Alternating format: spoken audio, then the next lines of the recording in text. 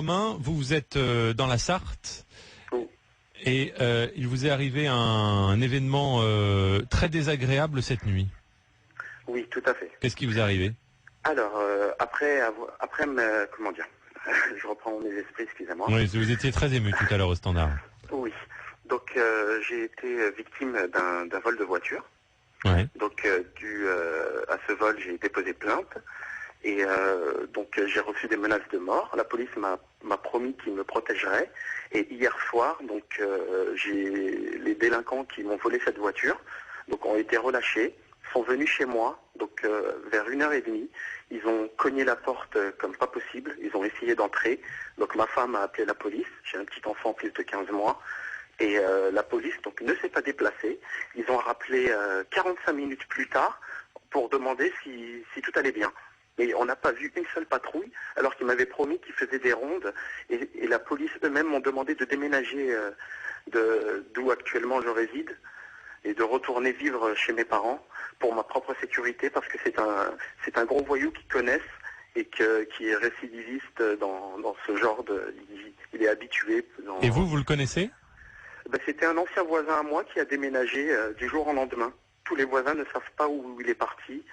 Donc je l'ai rencontré il y a vraiment peu de temps.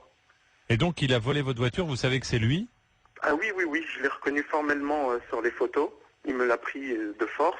Ah, il vous l'a pris de force? Oui. D'accord, il vous l'a pas volé en pleine nuit pendant que vous dormiez, il vous a... C'est du carjacking, quoi. Il m'a forcé, en fait, d'abord il a pris ma carte. C'est quelqu'un, il faut savoir, c'est quelqu'un qui fait un peu plus de 2 mètres, 130 kilos.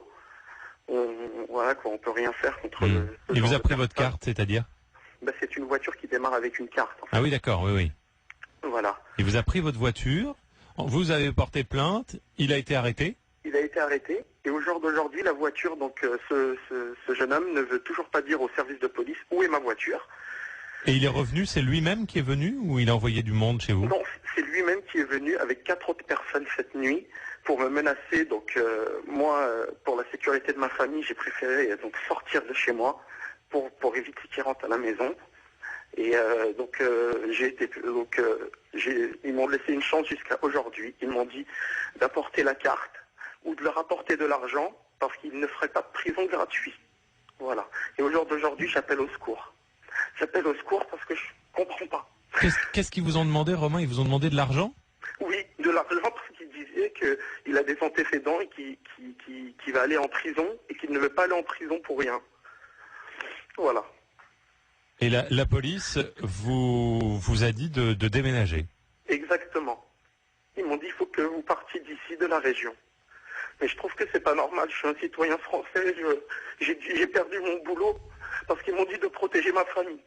Ils m'ont dit d'arrêter d'aller au travail et de rester auprès de la famille. Et donc là, vous avez perdu votre travail? Je ne travaille plus depuis une semaine. J'ai plus d'entrée d'argent. Qu'est-ce que vous faites comme métier, Romain? Je travaille en sous-traitance pour la Poste. Et votre employeur ne peut pas être compréhensif? Vous pouvez pas avoir un arrêt de travail de votre médecin?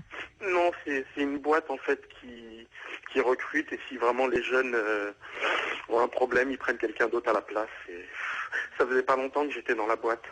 Comment est-ce qu'on peut vous aider, Romain? Je sais pas, j'aimerais si une association peut essayer de m'aider.